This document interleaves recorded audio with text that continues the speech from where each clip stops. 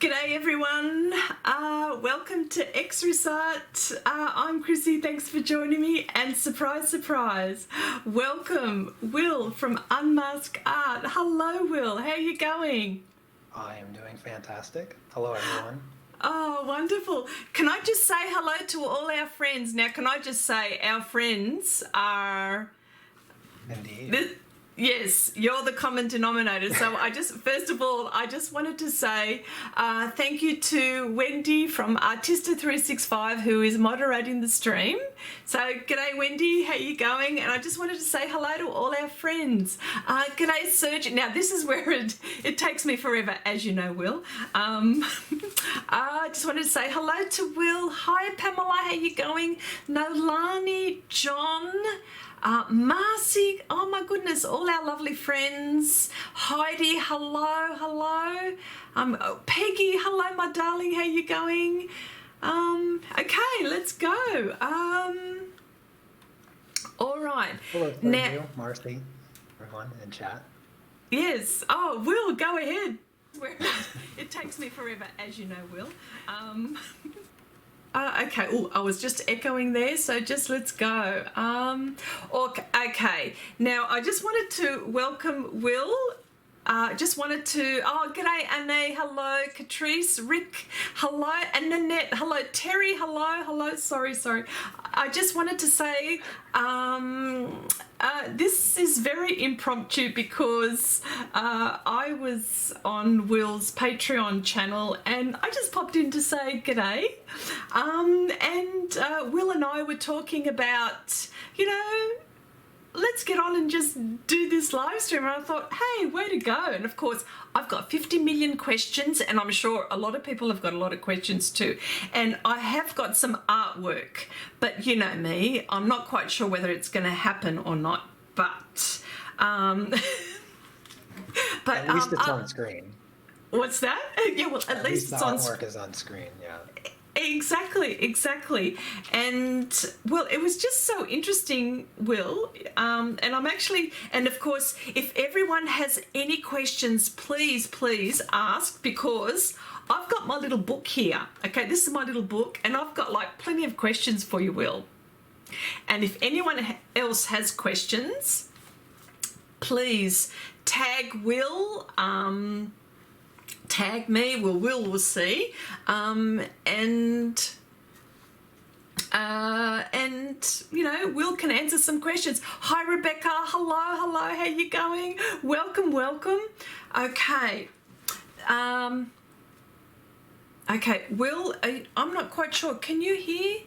Can we hear you? I can hear. Yeah. I hope everybody can hear me. Okay. All right.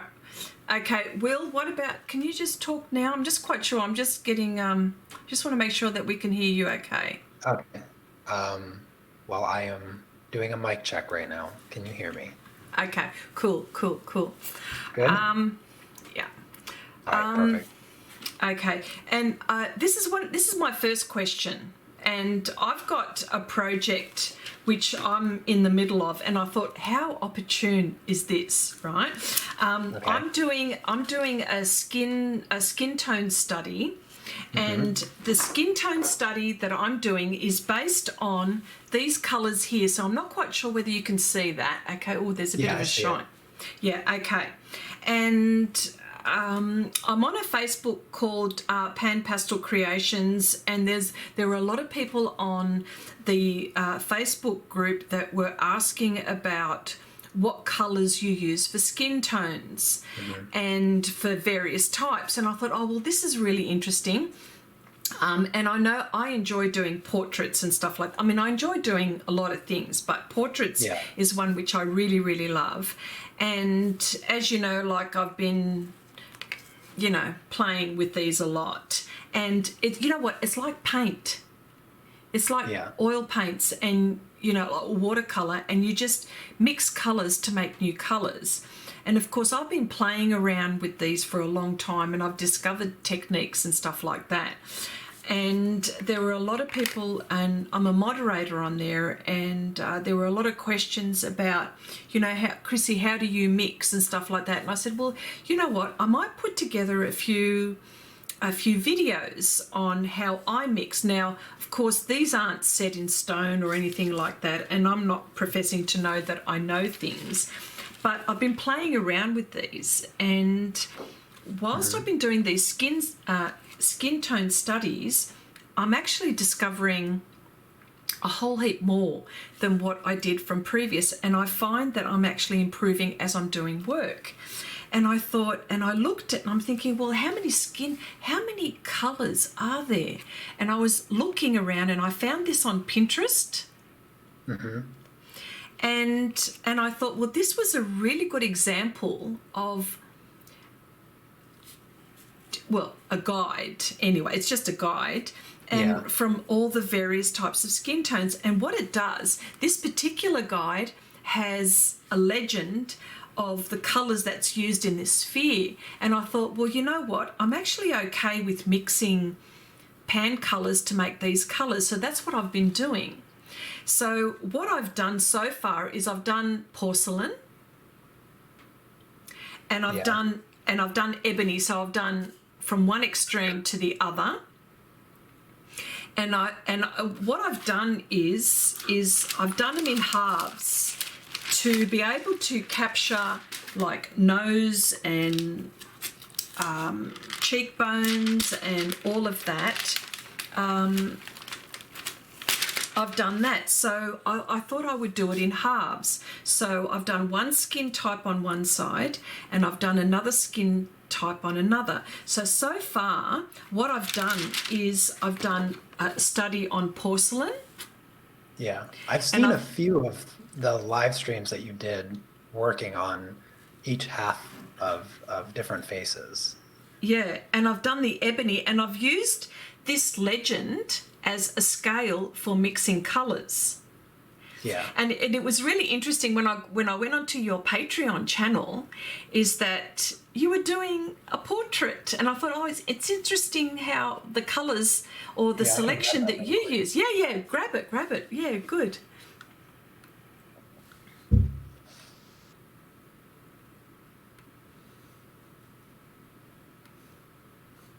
So there's the portrait. Now, isn't it funny how you select... Now, okay, now, if you're looking at this... Yeah. Which is really interesting. So looking at your guide. Your guide, yes. It falls in between medium deep and... Does it? In between medium and gold? Move it up a little bit. I can't see the colors for the dark olive and ebony.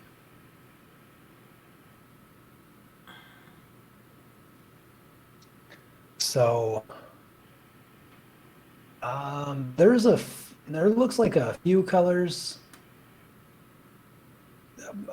Really only like maybe 3 or as little as 2 colors that I can clearly say that I use to create that skin tone.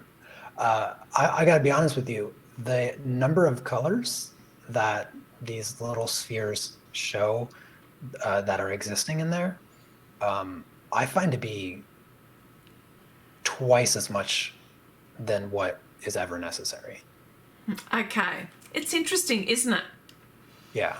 I take an approach with just about every painting, drawing, anything, no matter what the medium is, where I minimize my color palette for every project and instead focus on maximizing the color potential of the select few colors that I use. So the colors that I use, I always focus, okay, what's the color that is the highlight? What is the color that is the shadow? And what are the 2 to 3 colors that represent the mid-tone colors most accurately. And then I simply take those, let's see, with that portrait, I can tell you exactly how many colors I used, because I have them here. So I've used 6. I've only used 6 colors to do the skin. And what I do is I maximize these 6 colors. So I get as close as I possibly can with just these 6 colors. And only once I feel like I've maxed out the potential of these colors do I consider incorporating any other additional colors. And whether it's a portrait or whether it's a landscape or a still life, I still just refer to those as toning colors, those additional colors that I use. And so a portrait that just has like a standard normal lighting, where, you know, a normal white light or yellow light or something like that, that doesn't, you know, turn the skin blue or red or something crazy. I think 8 colors is 8 to 9 colors is probably all you need for skin. And I find that listing additional colors all the way up to something like your chart here has makes it necessarily complex when it comes to breaking down how to accomplish that. So I would say if you chop off like halfway if you chop off half of the color list, say the right side, you're going to get really close to what you desire. And then the right side, you pick a couple colors from there, and those are going to be toning colors. But you know, there's still some unnecessary colors, I think, exist on the little chart on the bottom of the spheres there. Quite understand. But you know what? Out of all of these so far, now I've only done 3 so far, but can I just tell you, I've enjoyed ebony the most. Yeah, I think the darker the complexion, the more interesting skin shows up. Like there's a lot more freedom in color when you have darker values like that, because you can bring it towards like real purple. You can go red with it. You can go blue with it.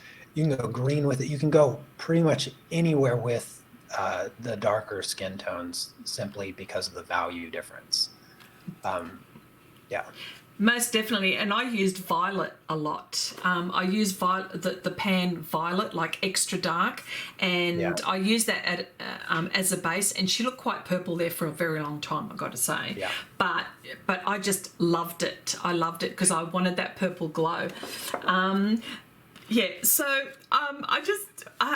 there's a few people, I just want to have a look in the chat, because there are a few people that have tagged me for something. Now, last week, or there was on a Facebook, post that Chandri posted, and it was a word that they wanted me to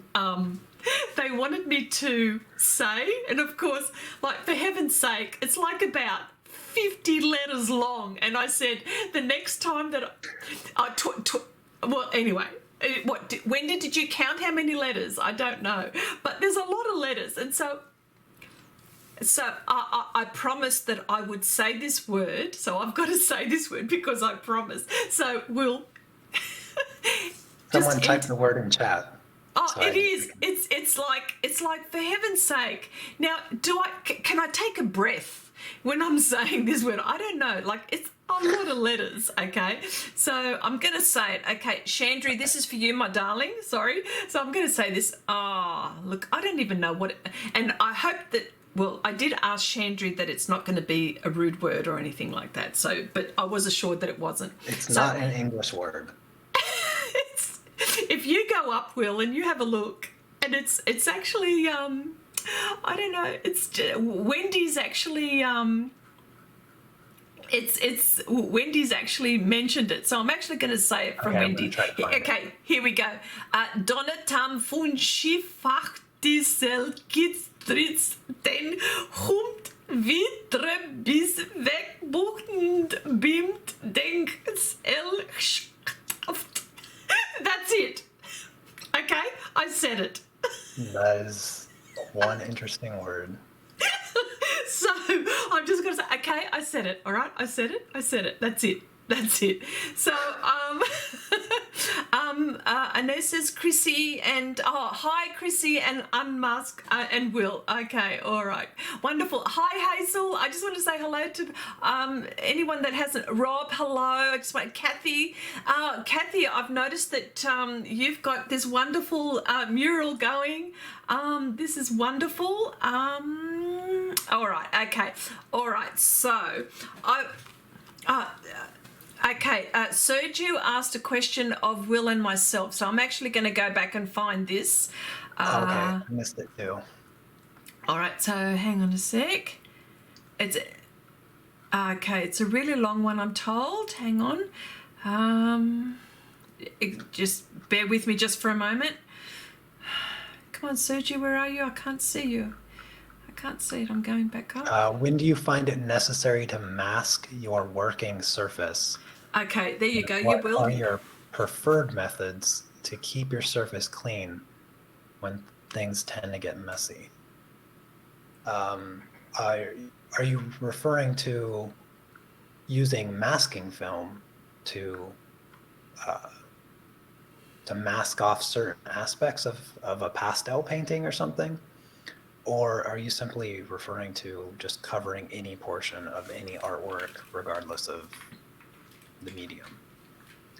Not totally clear on the specifics of the question there. Okay. I can't find the question. I can't find it. Okay. I can't find the question. So, Sergio, can you please post that again? Marcy says, Chrissy and Will, if you were working on a portrait of someone who has a lot of freckles, would you wait to add the freckles in the toning, detailing stage? My answer would be yes, but I don't know, Will, what would your answer be? Yes, my answer is also yes. Anytime there is a texture that I can isolate from a subject, this goes beyond portraits. If there is a texture that I can remove from the subject, I will always leave it off of the subject until I'm finished with whatever surface exists below it. So this goes for the same thing with like skin wrinkles. Some skin wrinkles are very two-dimensional on the surface. So you get a lot of small wrinkles around the eyes and things like that, the eyelashes, anything that hovers or exists on top of the skin. I always leave it till after I'm finished with what surrounds it, because obviously in a lot of medium, especially pastels, you're blending large areas, and if you're sitting there, you're trying to blend the face, but simultaneously trying to blend around a bunch of freckles, you're going to drive yourself insane.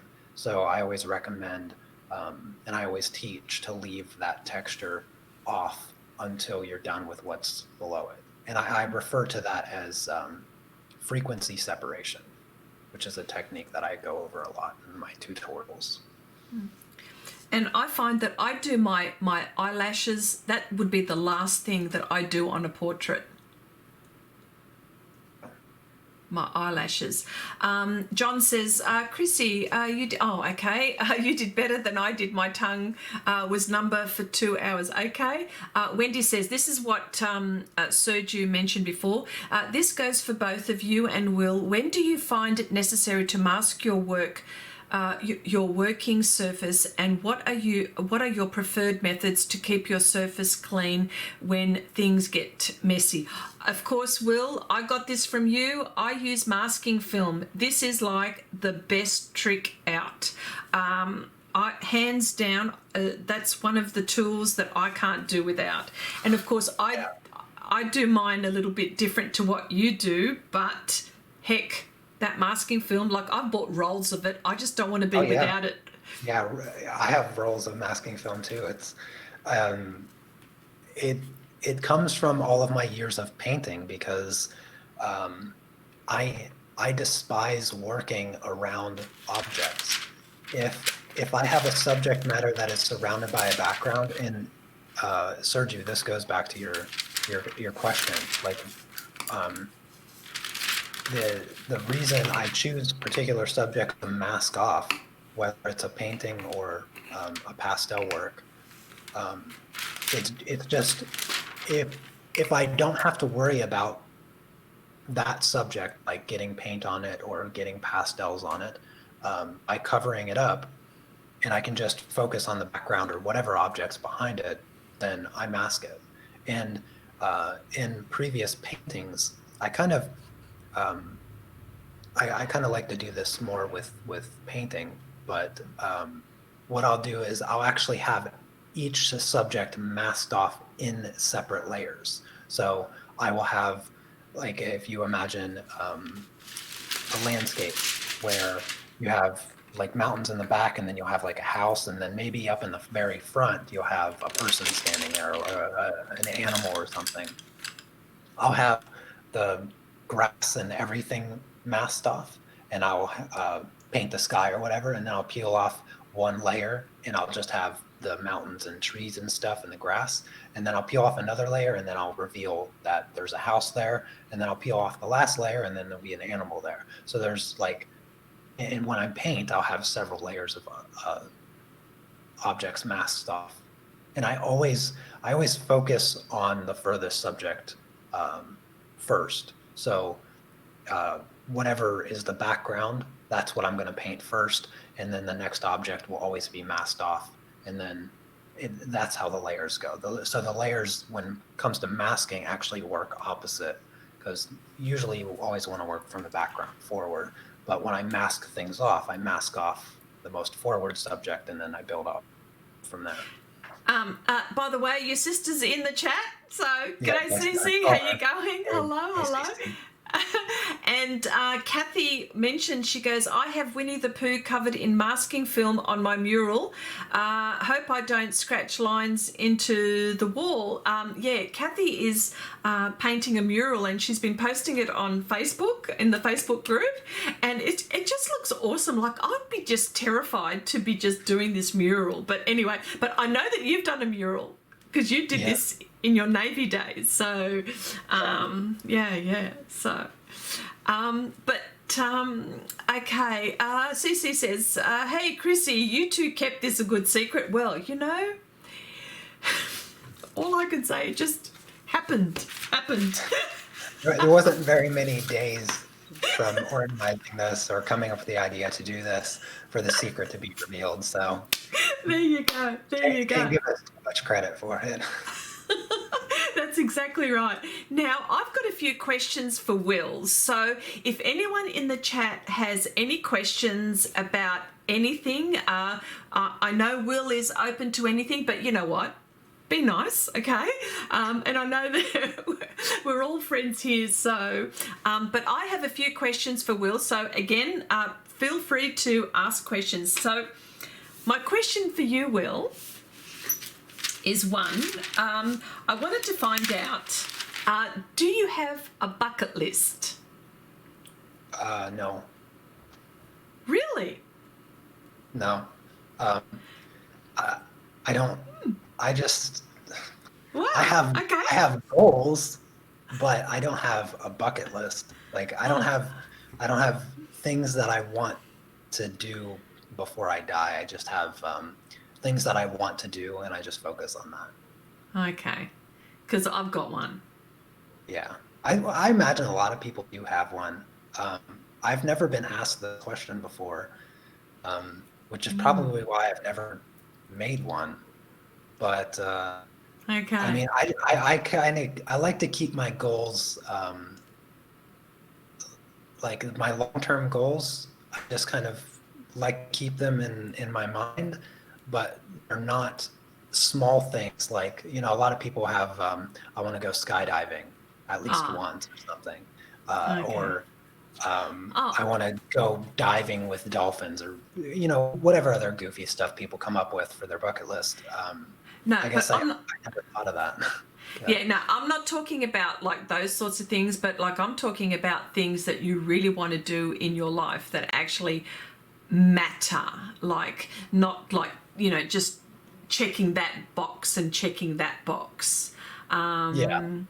Yeah, but no, but I know, like, anyway, but that's just something to think about, I suppose. But Sergio says, Chrissy, also for both of you, did you get the new 24 luminance colours? Now, I know that you use poly. I did. You didn't. I haven't. I didn't get new luminance colors. I haven't even. I don't even know where my luminance pencils are actually. I haven't used my luminance pencils in like 2 years. Wow. And the reason is because one, Prismacolor has more colors. Two, Prismacolor is cheaper. Three, because Prismacolor is cheaper, it's easier for my students or people that want to follow my tutorials to get Prismacolor. They don't have to chop off one of their other hands in order to afford the ridiculous price of luminance.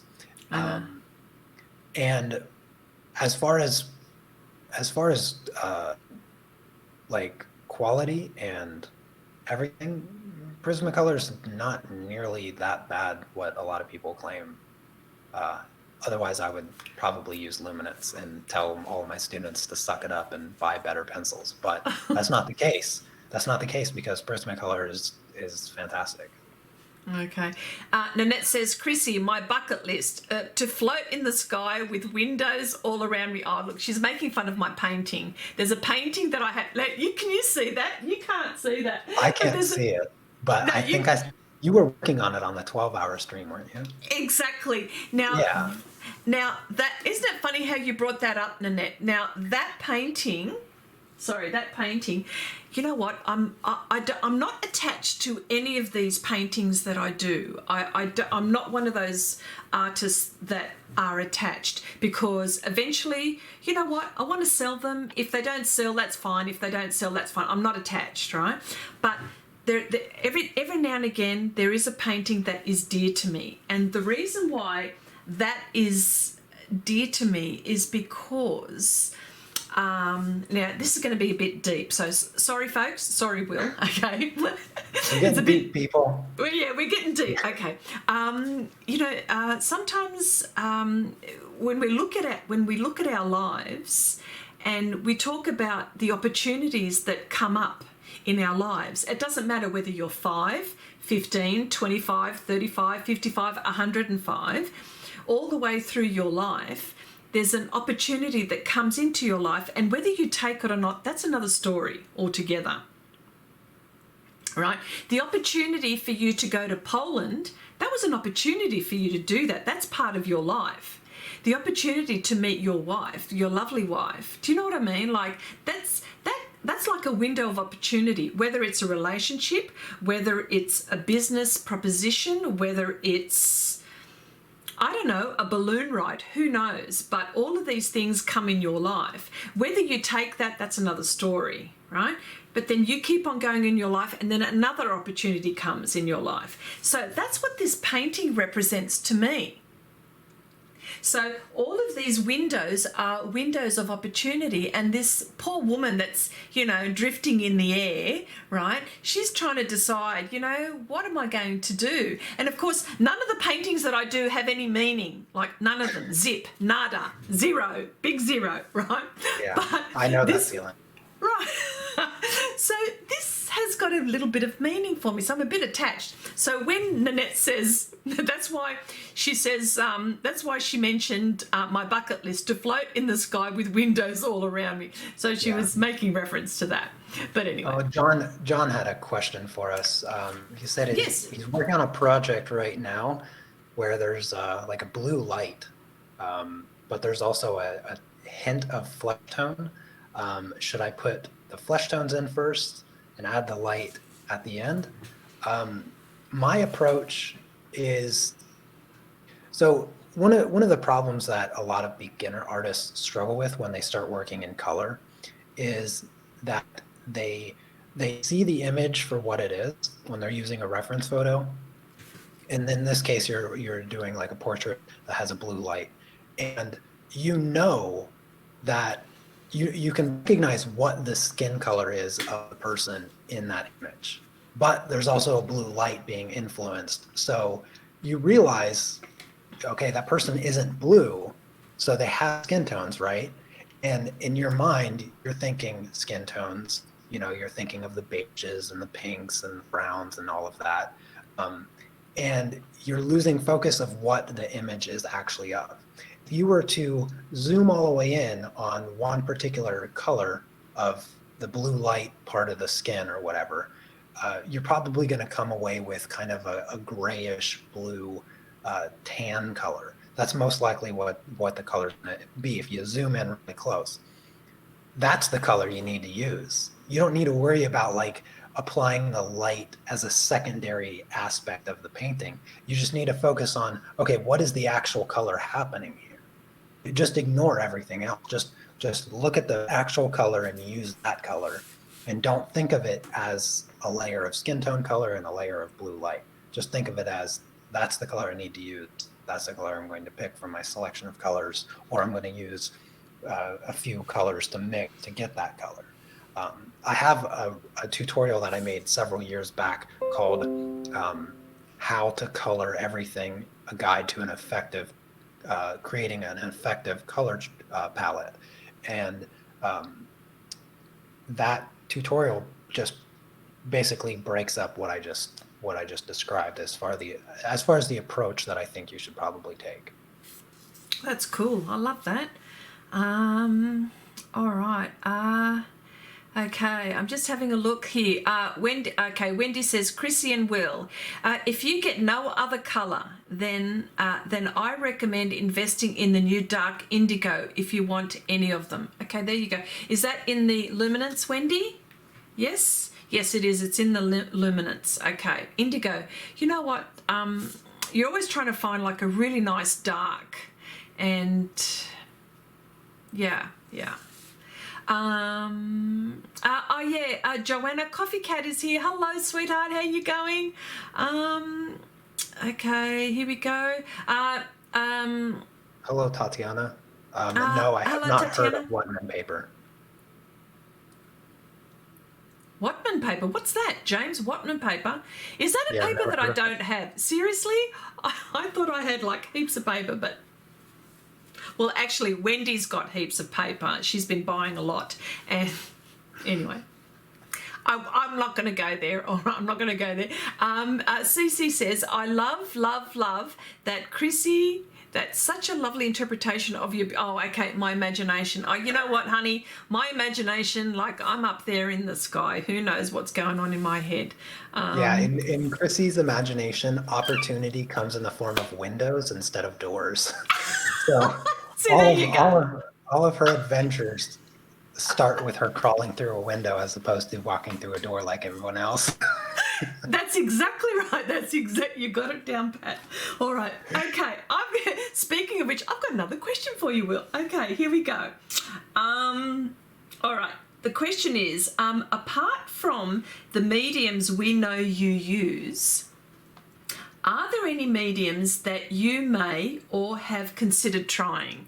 Now, I know that pastels, coloured pencils, and I know that you've played, and I know that you're painting with oils, and I know that you've played around with acrylics. But is there anything else that you actually have thought about? Wood. I've considered like learning to carve. Or to do wood turning. Wood turning seems to be quite popular. And I know Wendy's husband, Tim, he turns wood. I've seen some of his pieces that look really nice. I mean, pretty much anything that involves wood. I built my frame that I put my painting in that I did last year. And it was really, really satisfying, like lining up the corners and sanding everything nice and smooth and just getting it perfectly square and looking nice. And then the finished product is just fantastic looking. I love it. And then, of course, last year I did a little bit of work in my house that involved, just basic carpentry stuff. But it was just fun to kind of... I realize that like drawing and painting is working with your hands, but it's not really working with your hands. Like I mean, there's a reason I have such pretty hands. It's because I've been an artist my whole life and I've never really worked with my hands. So the idea of working with wood actually is something that has appealed to me for a long time. That's nice. That's nice. That's really nice. And do you sniff the wood? Like, smell it? Like, I love the That is smell a of wood. goofy question, but I do like the smell of wood. Like, it does smell good. Yeah. I mean, like, if you get like a fresh set of coloured pencils, like, I'm forever like sniffing them. I'm thinking, Oh, I don't like oh, the smell of colored pencils. what? What's wrong Yeah, with you? the Like, wax and oil is too strong for me. no, but the wood. I smell the wax and oil. Seriously? Yeah. Man, all I can do is sniff The the only wood. time I I'm just smell sniffing. the freshness of colored pencils is when I sharpen them. Okay. All right. Well, maybe I'm peculiar. Oh, you are definitely peculiar. Well, there you go. Hang on. Here we go. We've got questions. Here we go. Sergi says, Chrissy, also for both of you, describe each other's style without using windows or door references. Oh, man. I don't know. My style, my style's fantasy. Like, because I tell you why my style, I enjoy no boundaries as far as when I'm creating. Like, for example, does an apple have to sit, does it, does an apple have to grow from a tree? Like, why can't it grow from something else? Like, do you know what I mean? Like, why does it have to be from a tree? Like, this is what I'm thinking. So, but anyway, but that's my head. That's my head. But what about for you, Will? Describe each other's style without using windows or door references. What's Wait, your style? describe my style. That's something, honestly, that's something that I feel like I've never tried to establish. I've I've had I've had discussions about how to develop your style, and the way that I've always described it, and I still feel this way even after all these years, is that style is an illusion. That it's just an illusion the way people see it, because when you are writing a note or signing your name, you're not thinking about the subtle intricacies of your signature when you sign your name. You've done it that way for a really long time, and it's just the way that you do it. The micro adjustments that your fingers and hands make as you're moving the pencil or pen across the paper, that's the whole concept of a signature, is that only you can create it, because your hand it's the only one that's able to move that way. And when you're creating artwork, those things don't change. So the subtle way that you move the brush against the canvas or the pencil across the paper, everybody has a unique way of moving that object across that surface. And your signature is inherently built upon the mechanics of your own body. That's my whole idea. Now, you can choose colors, but why do you choose the colors you do? Because they appeal to your eyes specifically. So that's where you'll get like style based on color. In the same way with like shapes and the way that you see things. So if you see people and you imitate the way people look on paper or canvas or whatever, that is your mind's interpretation of how they look. And that interpretation is not universal. It is completely your own. And so the way people view that, they might see that as you have all of these paintings or all of these drawings or whatever, only they will be able to really identify the similarity between. So my style is, I have no idea. If you can look at my artwork and tell me that I did it, or look at the whole library of my work and see any similarities, then I guess that's my style. Because I don't see any similarities. I do subjects for every direction, portraits, landscapes, still life, everything pretty much except abstract. And I have no idea what my style is because I You see, just it's I just interesting do what I do.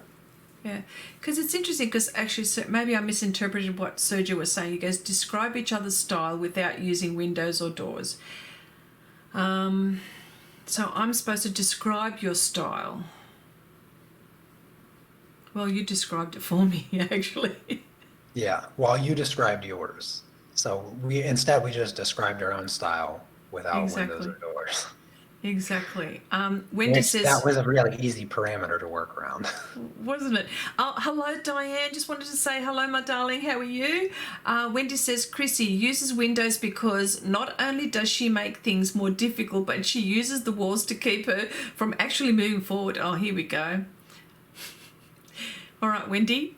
Tatiana says, Chrissy, Whatman paper is a paper for graphite, watercolour, sanguine pencils and such. Oh, interesting. That's interesting. Whatman paper. I've never heard of it. Wendy says, oh, Chrissy, oh my God, you need help. What, you're asking now?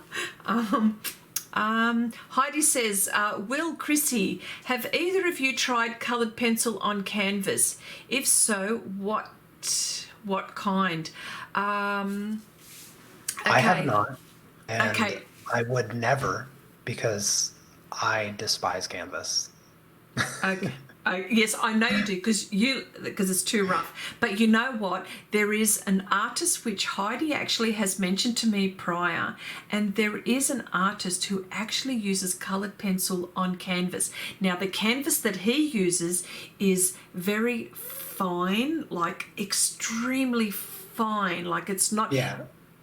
fine. Well, I mean, I guess it just depends on uh, what you define canvas to be, because there's linen canvas, which is extremely smooth. Um, and then there's different grains of canvas, but canvas is a material, and it's like a woven material of thick cotton threads that give it all of this texture. Linen is not canvas, but you might define it as canvas as soon as you put it on stretcher bars. So I guess it depends on how you define it, but at Oh, what happened? I think I've lost him. grainy, a Oh. really grainy canvas, and apply many layers of gesso and sand it smooth and get a really smooth canvas. Um, but yeah, at the same time, like the canvas that I have in mind is actual canvas, not Yeah. linen. Yeah. So Okay. Oh, just wanted to say hi, Beth. How you going? Just saw you in the chat. Yes, sorry, Sergio. That is exactly why I asked to describe each other's style instead of your own, because it is much easier to see the similarities in someone else's than your personal one. Okay, I appreciate yeah, that. Okay. I didn't read the original Sorry. request from Sergio, and then Sorry. you defined your style, so I just went ahead and defined mine. Yeah, well, there you go. Okay, I have another question for you, Will. Yes. Okay, here's another thing, and I think this happens to a lot of us. If you're having a slump or losing your mojo for art, how do you overcome it? Like, what steps do That's you take? that's a really interesting question, and actually, I just had a former student of mine message me yesterday or 2 days ago, um, and she was kind of struggling with the same thing. She had mentioned that like she's been working fine, like going from project to project, and then all of a sudden it just kind of like felt like the rug was ripped out from underneath her feet, and she just couldn't work, and she just didn't want to do anything for like weeks. And that's something I don't think it's avoidable entirely. I don't think it's avoidable entirely.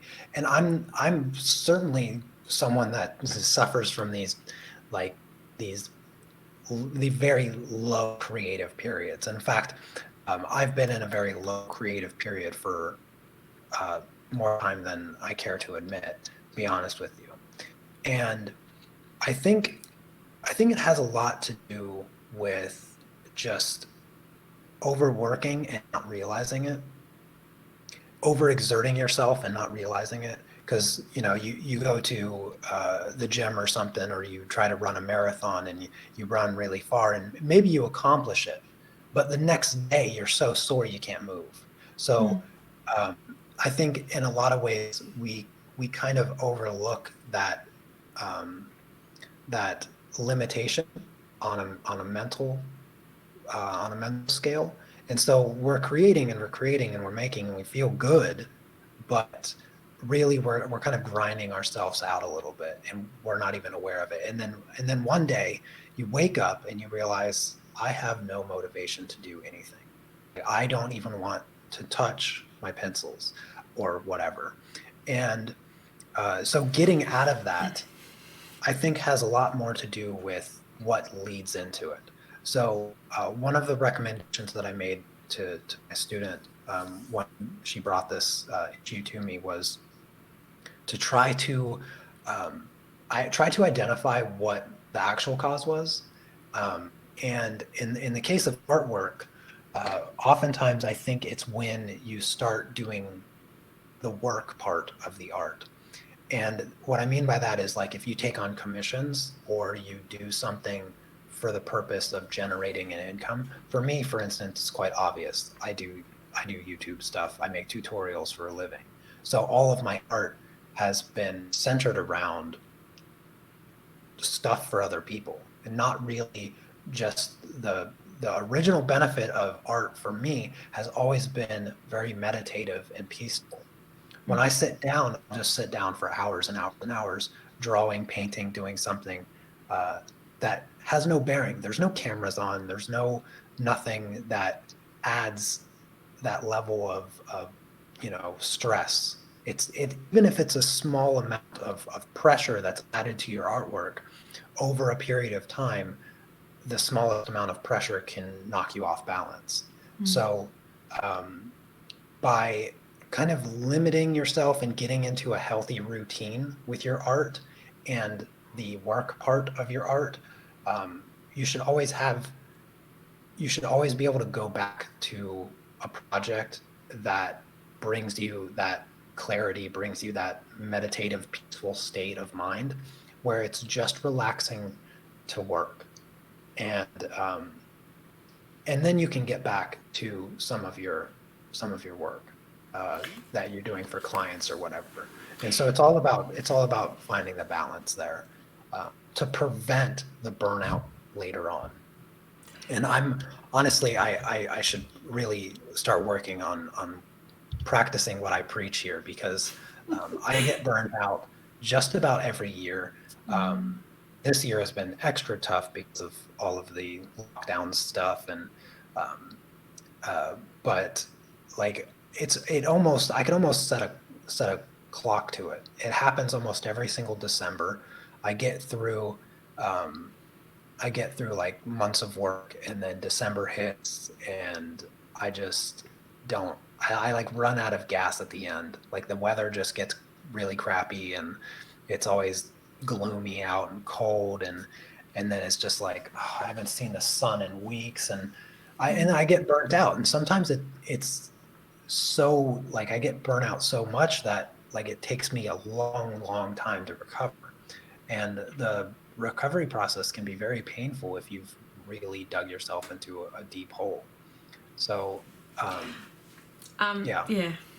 I mean, I totally agree with what you say. I have a day job, and my art is something that when I'm not in the house, like I come into my art space and I do a lot of art, like I do art, and sometimes I just want to be in the space. And I don't necessarily have to do art, or sometimes if I don't want to do anything that I don't want to concentrate on, I've got some colouring in books which I want to use, and I just colour in and stuff like that. I haven't done that in a while, but I have a Barbie colouring book. There you go. See, but but it means that you want to do art, but you just don't want to think right? And Yeah, you're just yeah. using pencils, and you're making look. I bet you your colouring book looks very nice, actually. I'm sure it would. But I was going through that probably the last 3 months or so, and I'm just starting to pick up again. So, but I was just pushing Yeah. past it. And art is something which I love so much. And I know that I just like I'm only just using one particular medium, but I love all the mediums. And sometimes when I want to get into it, like I try different things, or I try different ways of creating. And I've actually just started thinking about writing stuff as well, writing stories. Yeah, I've And always really enjoyed writing. and it's the creating, and then I started to think of, well, why would I want to do writing? I mean, I haven't written anything since I was like in high school, writing essays and stuff like that, but Yeah. but I'm thinking it's more of the creating process that I like. And of course, you know what, I've got like 50 million ideas that are buzzing around in my head, Oh and I've yeah. got, yeah, images, and how do I just get all of that energy out? And I started, yeah, because I want to start writing as well, and writing about my artwork. So these days Yeah, I think it doesn't even matter the medium. Like a creative mind is motivated to do just about anything that would be described artistic, whether it's writing, drawing, painting, carpentry, sculpting, building a car, like it, anything that a creative mind is challenged by and can see the potential to learn something, it's drawn to. So, yeah, yeah. yeah. So Rob asked me a question about yeah, go ahead. what Yeah, sort yeah, of things yeah. I would Go like to ahead. turn. Yeah, go Um, ahead. Find it. What well, was? one of my passions is chess. I really love studying the game of chess. And if I were to get something to turn wood, the very first thing that I would do is turn my own chess pieces. Big ones, little ones, Just normal size ones. normal size ones, normal size Yeah. ones. Normal Um, size ones that I would actually want to play the game with. Nice, nice. Yeah. Sneak says hello. Hi everyone, Chrissy and Will. Nice surprise. Marcy says, Chrissy, I call it wanting to art, but not wanting to count. Okay, cool. All right. All right. Okay, I've got another question for you. Yes. Yes. Okay. Question is, and this will go to, okay, what is your current project that you're working So on? artistically, I have no current projects that outside of my tutorials. So I'm currently working on two tutorial projects. I have the pastel portrait that I showed a moment ago, and then I also have this owl project. This is a colored pencil project. Oh, really? Oh, that's nice. Oh, Um, seriously? so that's the other project that is underway as far as art goes. Then I have two life projects, I guess I'll call them that, that I'm working on. The first one that I can just briefly go over is that I'm always looking to retire, and I have a different definition of what my retirement looks like. But I mentioned this last year, when I was buying a house. I'm also in the current process of buying house number two. So the retirement plan is going as scheduled so far. And so I'm in the midst of that right now. And then the other bigger project that I'm super excited about is actually a new website. So I've hired a web developer, and we've been working on a new website because I'm going to be transitioning off of Patreon eventually um, onto just my own membership-based website. And I'm doing it for a few reasons, but the main reason is that Patreon's organization is horrendous. They also take a little bit of your income. So when you sign up to support my work and to have access to all of the tutorials I have there, Patreon takes a little chunk of the change, which I don't think is justifiable since their website is so awful in the first place. So instead, I'm building my own website from scratch with a web developer to supply all of my tutorials in a much more cohesive structure, and also so Patreon doesn't get a kickback from all of my hard work. Okay. Pamela is going off, so bye for now, Pamela. Thank you so much, sweetheart, for keeping us company. There is a question. Beth says, question, have you thought about doing an artist book where the book isn't so much about doing art, but the book is the art? And I think that goes back to, remember when a while ago you were thinking about a colouring in book like a long time ago? Remember that? Yeah, I've always been interested in writing a book. I started writing a novel when I was like a junior in high school. I spent a lot of time on it, but I just got sidetracked by life, and I've always had other ideas to do books. I've considered like doing like children's book and having my art in it, and I think that would be pretty close to an artist book, where the book itself is kind of the art, like full page scale, like art pieces or whatever. And I've had many ideas of coloring books over the years, but I don't know. There's always been something that just sidetracks me from it. Maybe I like the idea of it, but I've never really committed to it fully. It's a lot of work, because it really is. It's a lot of work, and it's not just a matter of I feel like, I mean, just doing some nice pages. Like, you've got to make sure that it all makes sense. You've got to make sure that you might be doing a theme.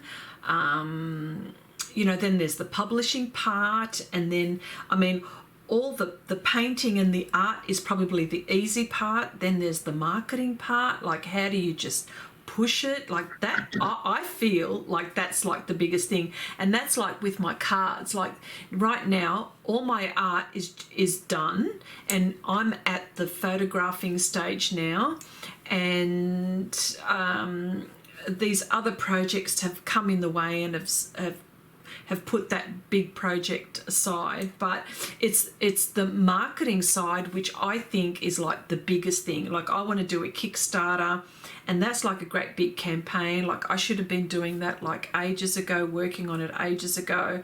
Like, that's huge. And so that's like with your colouring in, if you wanted to do colouring in books, like that would be just, it's the marketing side which I think is the hardest, to be honest. For sure. Barbara, hello. Hi, Chrissy, and hi, Will. Hello, darling. How you going? Sorry, you know me. I've got like, two heads. Yeah. Sorry. Wendy, hello. Wendy with a Y. Okay. Cece says, what about tutorial videos for creating a colour book page, almost like a digital book, Will? No. There you go. See, he can say, you know what, Cece, he can say that to you just like that. I can say it because it's my sister. I can say whatever I want. That's right. No, Cuts. as far as like the creation side of what I want to do, I have had a tendency to always step beyond what I think I should be focusing on, and it's taken me several years to finally narrow my channel focus down to just colored pencils and pastel. It is. I've done acrylic painting, oil painting, markers, sculpting, which I'd like to forget that. We won't let you and forget that, and, but and some anyway. other stuff in the past. I mean, I can't say it really benefited my channel in any way, but I think focusing over the past like year and a half to just colored pencils and pastels was probably the best idea that I had. And so I'm just going to stick to those videos and not really go beyond that. So I'm just going to focus on the tutorials, and the Peaceful Pastel series is also going to be at the forefront of my focus. And that's what I wanted you to talk about, your peaceful pastels. Yes, I have an episode that will be airing in 2.5 hours, actually. Okay, cool. Everyone, please go over there and let's just all watch it. Okay. For sure. Okay. Well, you see, my other question was Patreon, but then that you answered the question about Patreon. Yeah, So yeah. I can maybe, if there was any follow-up questions that somebody had, or if you had something specific that you wanted me to address regarding it. Yeah. But I think I explained the reason why. The biggest reason why is that I always want to offer the best. So when I make my tutorials, I put all the effort that I can muster into making them as coherent and as concise and as thorough and as easy to follow as I possibly can. My dream is to make tutorials where nobody has any questions. That's the mindset that I go into when I make tutorials, is I don't want you to have questions. I want it to be so thorough and so simple that you don't have any questions. And it doesn't make for the most entertaining live stream conversation when nobody has questions, but that just means I'm doing it right. Well, exactly. Well, I mean, everyone wants to listen to your voice, so you know. Can I just say it's like smooth? I think I'm going to upgrade my microphone again to get even better quality, because that seems to be the selling point all the time. I might as well just sit here and talk to people. Exactly. But you know what I thought? You know what? Wouldn't it be good, like, if you could just, like, for example, you know those audio books? You should actually apply to those people. Yeah. You should do that. You put everyone to sleep. Well, you know what? Wendy asks, when I go over to the website, will I still be doing the live or now live like it is now, or pre-recorded? No, all of the tutorials will still be live streamed. So literally the only thing that's changing once I transition from Patreon over to my website is that you'll be able to find the tutorials 1,000 times easier. There won't be any unnecessary scrolling for days on end to find the previous the previous part of the tutorials. There's not going to be like this weird, goofy tag system that Patreon uses on their site. I don't know who came up with the search structure for Patreon, but it is horrendously bad. And the biggest influence of making a new website is to make a search option that is simple and coherent and fast. And so the way that the web developer and I designed it is that I essentially make 3 types of tutorials. I make pastel tutorials, I make colored pencil tutorials, and then I make a few miscellaneous tutorials. A couple graphite tutorials, a couple drawing tutorials. Those are far and few in between, so there's not a whole lot of reason to categorize each different type of the miscellaneous. And so when you click on the pastel tutorial on the new website, you're going to see the pictures of each project. Every project that we complete, and I do somewhere around 30 projects a year based on what I completed last year. So last year was around 30 projects, and each of those projects have several parts. And so when you click on the pastel project filter, you're going to see all of the pastel projects as they're completed. And when you click on any picture that appeals to you to complete, you'll be taken to the project page, which will have the link for you to download the reference photo and line art. And then it will have part 1, 2, 3, 4, 5, and so forth, along with the list of supplies that's used for the project. So everything is very, very fast and easy to see. So if you want, if you want this owl project, you simply click on the owl project and it will take you to the project page, which if you want to watch part 1, then you just click on it and it will take you to watch the video. And so it's just 1,000 times better than Patreon will ever become. And it's funny. So I've been developing this website for about a month and a half, and I'm still doing Patreon right now because I still need to do it. I went on to Patreon like 2 days ago, and they had a little notification message pop up for creators on there that was asking about the organization system on Patreon. Oh, and I was like, isn't that ironic? Like, after I've complained a lot in my live streams about the poor organization. So perhaps maybe they've listened a couple times. I don't know. But yeah, they asked me if I used their current organization system. I said no, because there is none. It's garbage. And then they asked how they could improve it, and I just typed a lot and then submitted it.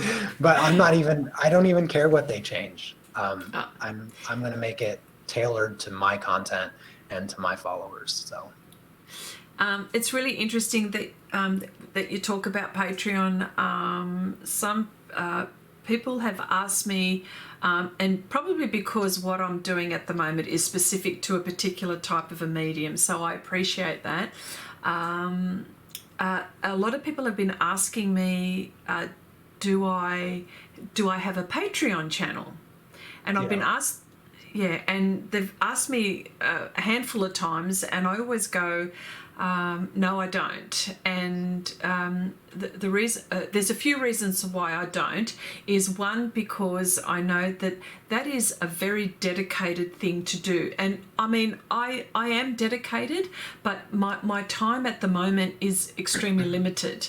I have a day job, and I try to be as consistent as possible, and I love live streaming because I love being with all our friends here, and I love, let's face it, I hardly get any work done when I'm live streaming, but my main aim is to engage with everyone. And if I could share someone that if I discover something while I'm arting, and I will share what I know. There's no mystery,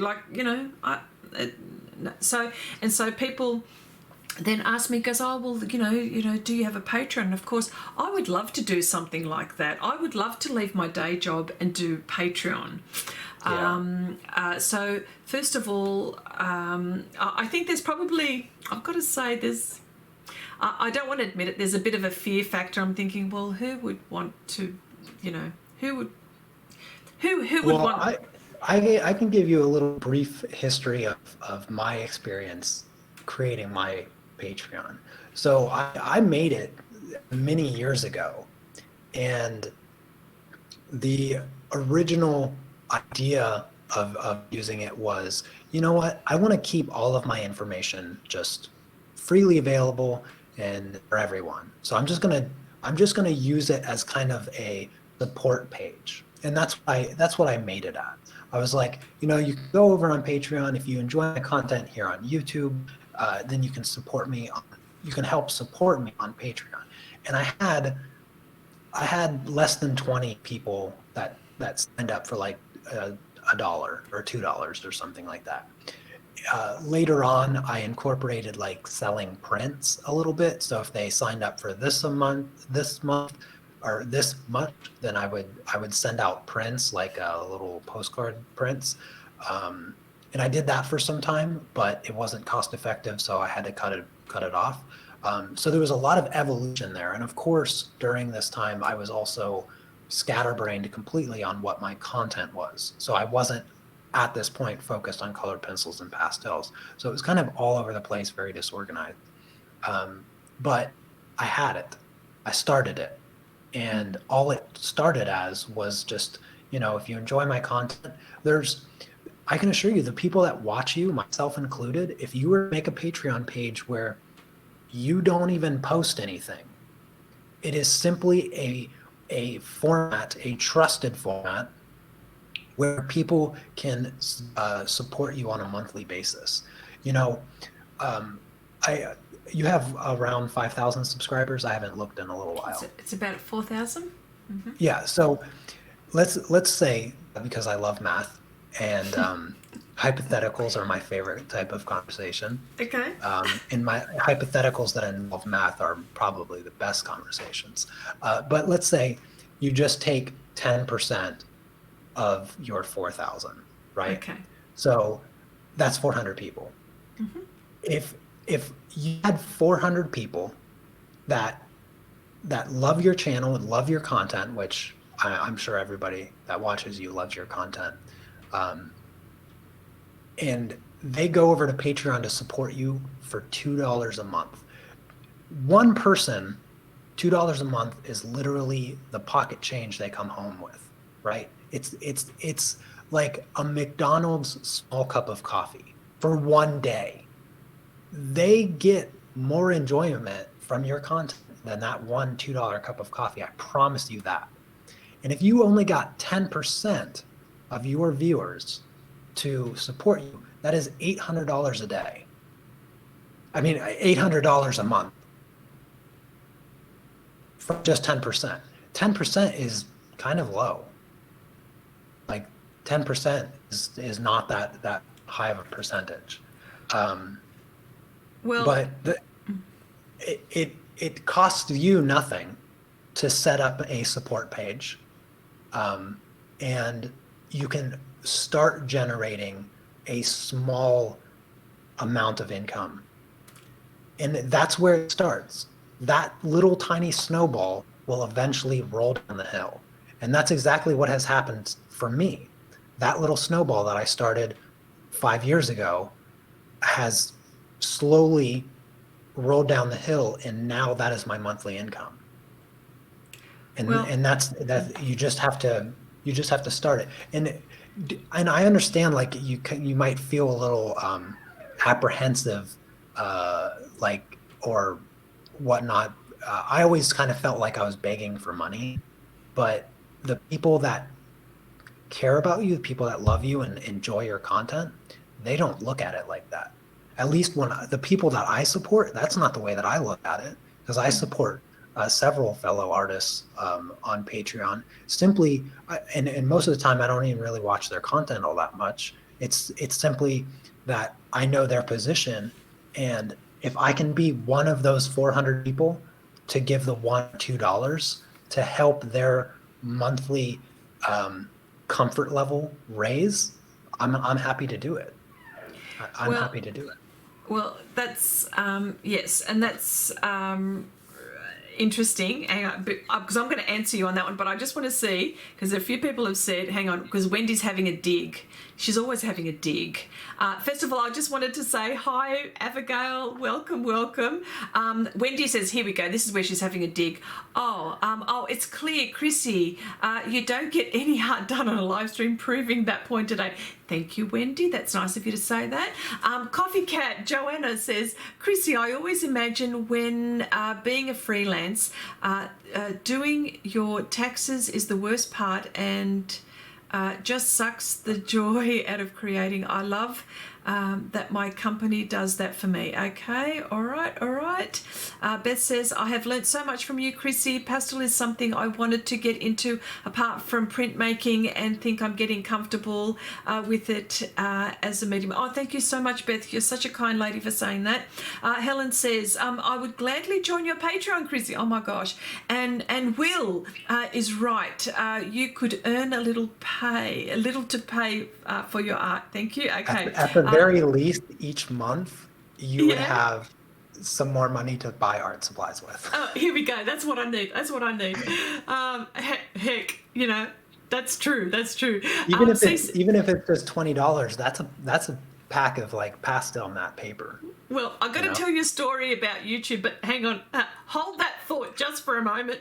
And Cece says, Chrissy, you do have a very creative, unique medium that is quite intriguing. Oh, thank you so much, Cece. Okay, I look at it as entertaining, creative inspiration that I'd be happy to pay for, the same way I do for a good movie. Okay, wonderful. Okay. Now, so I'll go back to two things. One. Well, actually, before you do, I Yeah. saw a question Marcy had asked yeah. a while ago. Yeah, go She ahead. asked me if I would consider an annual payment subscription. And yes, I will be doing an annual payment subscription on the website, because I know like the monthly thing can be kind of annoying. So I'm there will be an annual and monthly subscription possibility to sign up for the new website. Okay, cool. Well, I've got to tell you a story. With YouTube, like, you know that you don't make that much on YouTube, of course, like we know, but you do get a few Me dollars. personally. Well, I'm just saying, well, me actually personally, you might, because you've got quite a few subscribers, but for me, the few dollars but they do add up every month. They do. And so, yeah. And I've got this account which it all goes into, which is really, really nice. It's only like a few bucks. It's not much a month. $20, $30, anyway. So what happened was, one particular weekend, Wendy will be my witness for this. Because we spend a lot of time together on weekends, and my monitor just went dead. Like, it was just like I switched on my computer, it went dead, and I'm thinking, oh my gosh, my screen's gone. It's gone. And of course, I'm desperate. I need to replace it right now, right that very minute, because I needed to do a whole heap of things. So of course, then I went shopping, and of course, YouTube, I had a few dollars built up, and with the YouTube money and some of the super chats that I had, right, that have come in, right, I actually went and bought myself a screen. Yeah. A brand new monitor. And I'm thinking, and I put some money in of my own because, COVID came in. Of course, all the monitors have gone. Everyone's working from home, heaven forbid. And of course, I managed to get a screen. But heck, so I understand about the Patreon with all of those, few dollars that come in. You'd be surprised what comes into it. Now, you'd be surprised what you get, so, to buy your art supplies and for your business. Now, I've got to say that Wendy has been on, apart from our friends here that have talked about this, Wendy has been carrying on so much. Do it. She's been like this annoying buzzing fly that just buzzes around your head that won't move away, and she's going, do it. And of course,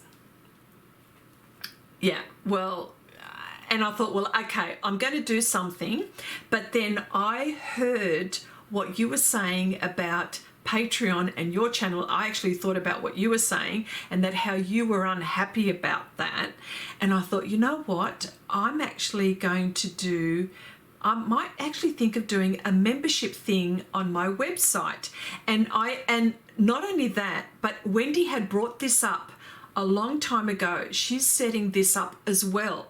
For people who don't know Wendy from Artista 3, I know all our friends know Wendy, but Wendy she had thought about this a long time ago, and I don't know what stage she's at this moment, but Wendy had actually thought about that, and I thought, you know what, that's really good. And then you were talking about Patreon and how unhappy you were, and you wanted to use your website to channel that, and I'm thinking, you know what? Yeah. The gods are telling me this. I'm thinking maybe I should do that. And so I'm actually thinking about doing a membership thing on my channel instead of Patreon. And can I just say, I just wanted to say, Lisa, hello, Lisa, thank you so much. You've just given me a super chat just as I'm talking about that. So thank you so much. Oh, thank you so much, honey. Oh, I so appreciate it. Thank you so much. So there you go. This is what I'm actually thinking of doing it. Yeah. But you know what? Well, I'm I mean, actually whether you just set up a Patreon now to get the ball rolling, or you just get right into getting the website sign up ready, yeah, the either way, there's just no reason to wait. There's just no reason to wait. So you can do Patreon now and then get the website later. I probably put off the website thing because it's so expensive. Well, but you can do like a membership thing. There are memberships where, well, I'm on, like I use Wix, and they have got a membership thing where you can, there are 3 options, like yearly, monthly, and whatever, or you can nominate, right? And I haven't done that yet because I actually want to have a few things ready to go when all of that happens. And Well, yeah. I think when it comes to the websites, in order to enable those types of features, like you have to pay the hosting fees, Yeah, there are that. which are Yeah, usually annually, and I mean it's expensive.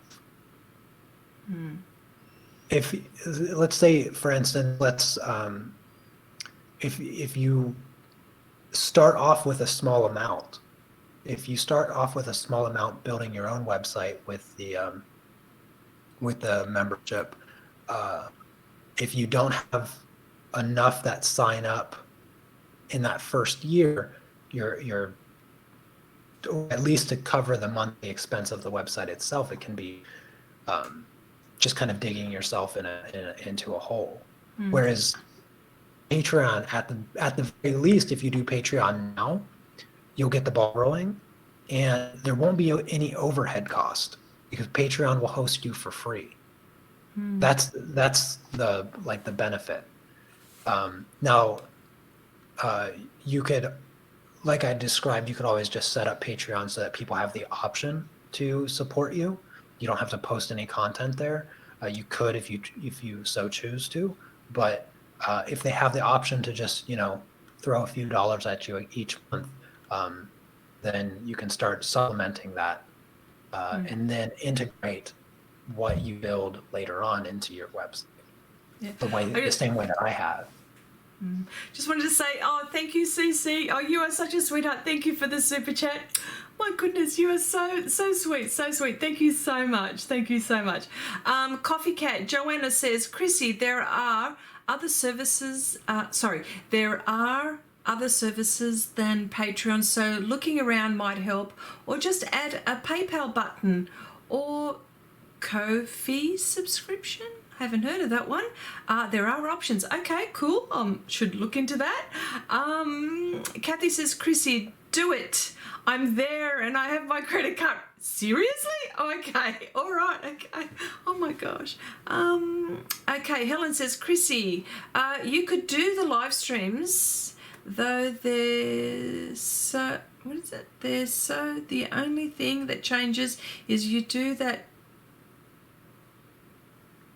something Patreon and make a, okay, all right, okay, cool, all right, okay, yeah, and there is that thing of being consistent, like the quality thing is really thing for me too. Like I've got to make sure that my, there's quality too. You know what I mean? I mean, with live streams, like I said, it's more, it's more engagement and just a place where people can just hang out for a little bit and chat and a bit of art as well. But quality is something that I like to think about, like the quality in the way I speak, the quality in the sound of the videos, the way that they look and stuff like that. That's always on my mind. I'm obsessed with quality as well. Yeah, that's on my mind. I've upgraded my lights and camera so many times just because it's not perfect. I'm transitioning off of Patreon because it's also not perfect. And I want it to be. Yeah, exactly. And of course, sometimes like your internet doesn't behave and so therefore things aren't clear. Like I'm looking at the image of my artwork. Did you know that the artwork, the color of this woman that's on screen, where what you're seeing is not the color that's in real life. She is more. Yeah. She is more golden. She is Getting more. getting the colors to show up accurately on camera has been driving me nuts since I started Livestream. I just got new studio lights. I've been adjusting my camera settings and fiddling with them as much as I can, to try to accurately capture the colors of my work, because I don't know how colorful this looks to you, but the background is extremely colorful. Yeah, Like, right. It's actually quite bright green. It's a lovely green, but yeah. I can imagine what it's like in real life. Yeah, but trying to capture that on camera has just been a pain on Oh. everything, because I'll go back and watch the video quality of my live streams, and it's like I'll read the comments of people saying, "Oh, I love the colors," and I was like, "What color? Like, it looks so bad in comparison." And so yeah, it's just a constant struggle to try to get artwork to show up well on camera. Exactly. Okay. Beth says, if you need help, Chrissy, let me know. Multimedia is my thing. Oh my gosh, I'm going to call you Beth. Seriously, I am. Wendy says, try to get Chrissy to move over to cheaper hosting. Wix is ridiculously expensive and options are limited and not as much control over what you can do. All right, Wendy, I've heard this. Sneak says, your voice is fine, Chrissy. Okay, cool. CC says, you got the fans, Chrissy. We're all going to show you love for quite a while. Make a dream real with that window of opportunity. Here we go. All right. Okay. Oh, you people are so nice. Okay. Joanna says, by the way, Coffee Cat, her name is Joanna, by the way. Do you know that, Will? Yes. Okay, good. Just checking. I'm just checking. Joanna She'll says, always just be Coffee Cat to me, though. Oh, I know. It's like I'll be Unmask to many people. You know what you have to do with Coffee Cat now. Wendy and I sometimes stalk, and we get onto Coffee Cat's live streams on Twitch. So you know what, you're gonna have to go over there, because Coffee Cat, beautiful work. Like, she's live streaming on Twitch. I love her work. Yeah. Okay, Joanna says, Chrissy, do you have the option to enable the join function for your YouTube channel? Twitch is so much more enticing to make people pay, but new platforms are hard to get an audience for anyway. What do you say, Will? So the join function only shows up on verified YouTube channels that have like a certain number of subscribers. I think my channel should have it. I think you get it at 100,000 subscribers, but I still haven't even been notified from YouTube to get my silver play button. So I don't know if that feature is ever going to be. You know what? You're gonna have to brag about that. Okay, you're gonna have to brag about that one. And as far as Twitch being enticing, yes, and Twitch does make it very enticing for people to like give you money through donations and stuff. But the issue with this kind of issue that I have with the Twitch is one, the streaming side of it, as far as like getting notifications and all of that stuff that the bigger streamers make, is it overcomplicates things, in my opinion. Because I've streamed on Twitch a lot, playing chess, and the other thing is that Twitch takes 50%. So any donations or subscriptions on Twitch are cut in half, and then on the half that you make, you also have to pay taxes. So it's very, very low. Okay. And that's I think if you've built your audience on YouTube, you might as well just stay on the platform, even if it's streaming, because streaming is also popular on YouTube. Sure is. Twitch. There's a large audience of artists. I don't know any big ones on Twitch. There is Jazza. But I didn't realize that he streamed on Twitch. I thought his YouTube channel was his main I thing. know. But he does stream on just. But Yeah. I don't know. I feel like it's more geared towards gaming. Yeah. Okay. Sergio says, Chrissy, I can't help with the software part of this, but I can make some damn fine cookies for the housewarming party of your new website. Okay. Steek says, we are nice. We are nice. You should listen to us and you should keep us. Of course, I would never leave you. Oh my goodness. Beth says, and set up a live stream on one of the sites I design and maintain. So yes, we must chat. Yes, okay, fine. Lisa says, Inktober would be a nice time to do Patreon, Chrissy. Oh, you know what? I'm not the Patreon person, which leads me to ask you a question, Will. Isn't that funny how this happens? My question is, are you going to do Inktober? What No. are your thoughts? No. Okay, why? So I've talked about this on live streams after last year's Inktober, Okay. and the reason I won't be doing it is because the daily live streams that I would do on my YouTube channel, I don't know why it angers the algorithm. So there is YouTube, all of the content is controlled by a computer. None of it, there's no people that, what's the word I'm looking for, that cater the massive amount of content that is uploaded to YouTube at all times. It's just an algorithm. And for no reason that I can understand, the algorithm has chosen my channel to be punished if I stream too much. I'm not the only channel that this has happened to. Some people, it is the reverse. Some channels, if they stream a lot, their ranking goes higher, and their channel will be viewed and seen by more and more people. But conversely, other people that stream every day or whatever, the opposite happens and their channel is suppressed.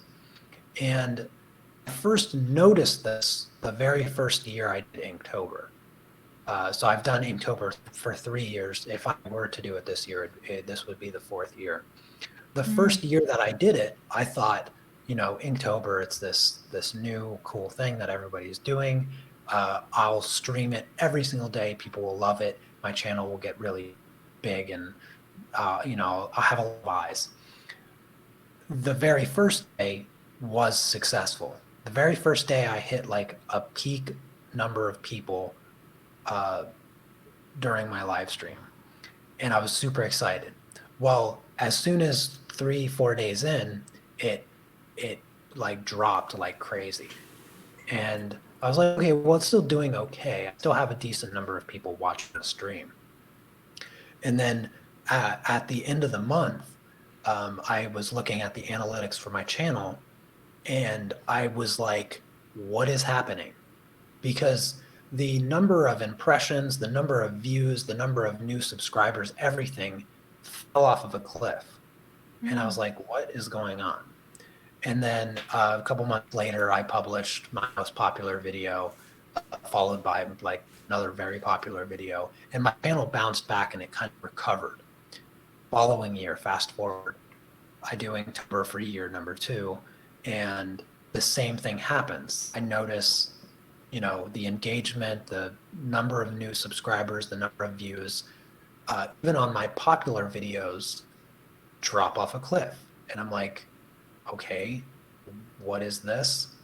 Well, fast forward again, I do my self-portrait where I live stream every day. I think it was like in March or something like that. I remember that. I don't know what year it was, but last year. And same thing. I live stream every day doing a portrait in colored pencils, which is generally a very popular subject matter to have videos on YouTube of. And again, everything drops off a cliff. And I'm like, what is going on? And so finally I just Google it. I literally typed in Google, why does streaming kill my channel on YouTube? And I came across blog posts and forums and stuff where the same thing happens to other people. If they stream too much, whatever that magic number is, their channel gets essentially suppressed. So I have a few videos that are always at the top of my viewed list. They make up like between these top 10 videos that I have on my channel, they make up almost 60% of all of my monthly views. As soon as I start live streaming every day, those videos themselves also drop off. And so the only logical conclusion is that when I stream every day, my channel slowly dies.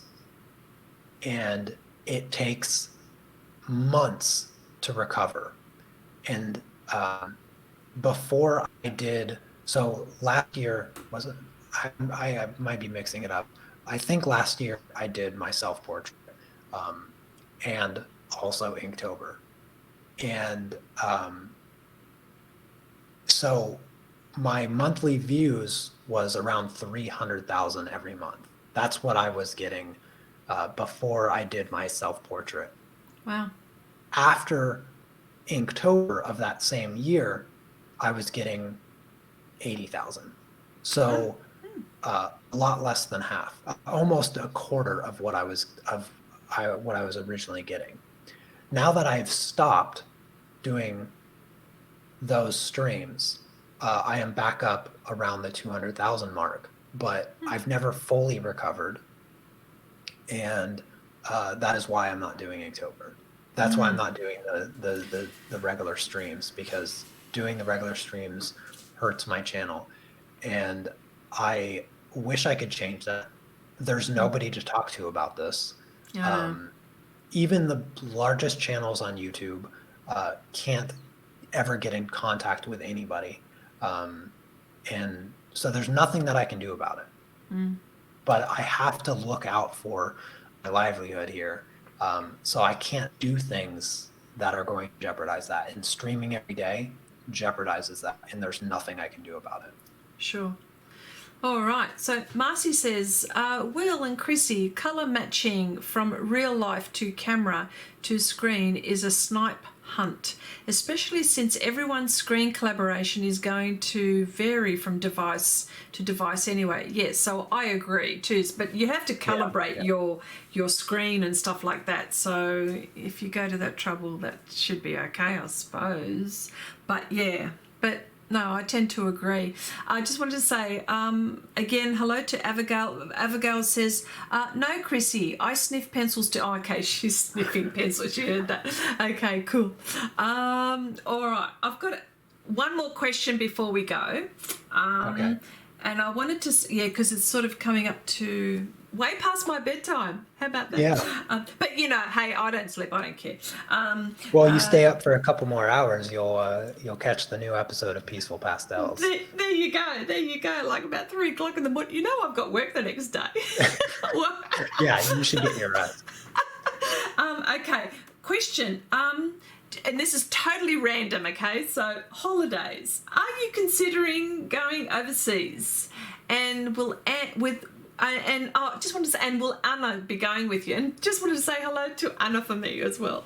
I will. Yeah, she's still at work, but she actually just got off work 10 minutes ago, so she'll probably be home in like 40 minutes. Oh, okay, cool.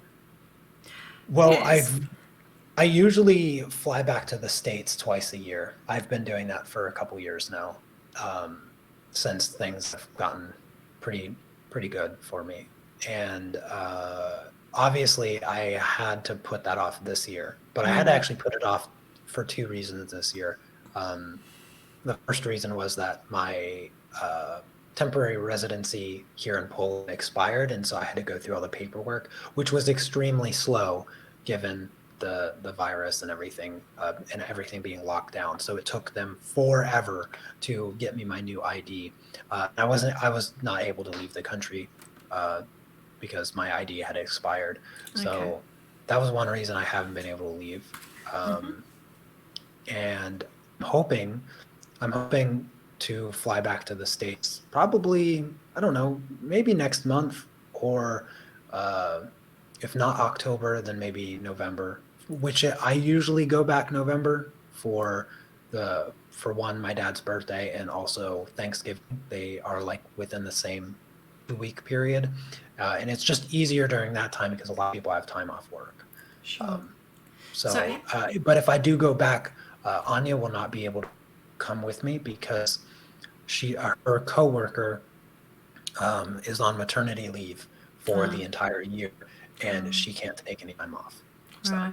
Yeah. So with COVID, like I know that we can't really go overseas at the moment. Like even like with where we are in borders, like in states where we are, like even like the states can't cross.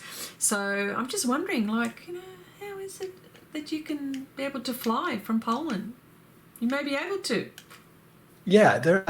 People are traveling right now. In fact, people traveling to Australia as well. There's some like things I don't know about the travel situation, but as far as I can tell, the restriction is generally like, wearing a mask when you're at the airport, and when you arrive at your destination, depending on that destination's rules, is usually like a quarantine time frame that they want you to adhere to. Yeah. But I mean, let's face it, the reality of implementing that and actually like verifying that people are doing that when they travel, it's non-existent. Yeah. It can't be, because obviously they're going to where they're going to go, and they're not going to be followed around by people. Yeah. So. Yeah. I just wanted to say a quick hello. He's probably not here. He's probably gone now. Adam, my stepson popped in to say hello. Like he hardly ever comes in to say hello. And he popped in to say, he's upstairs in the house. He's probably Doesn't just even say hello, just a hand. Yeah, that's it.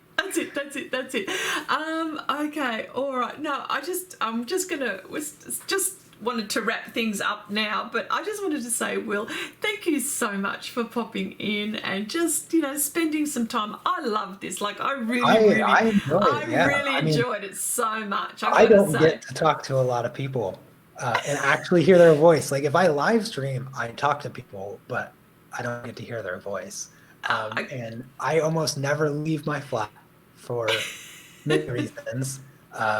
So being able to just chat and hang out is just super fun. And honestly, like I said before we were streaming, I think we should make this like a more regular thing.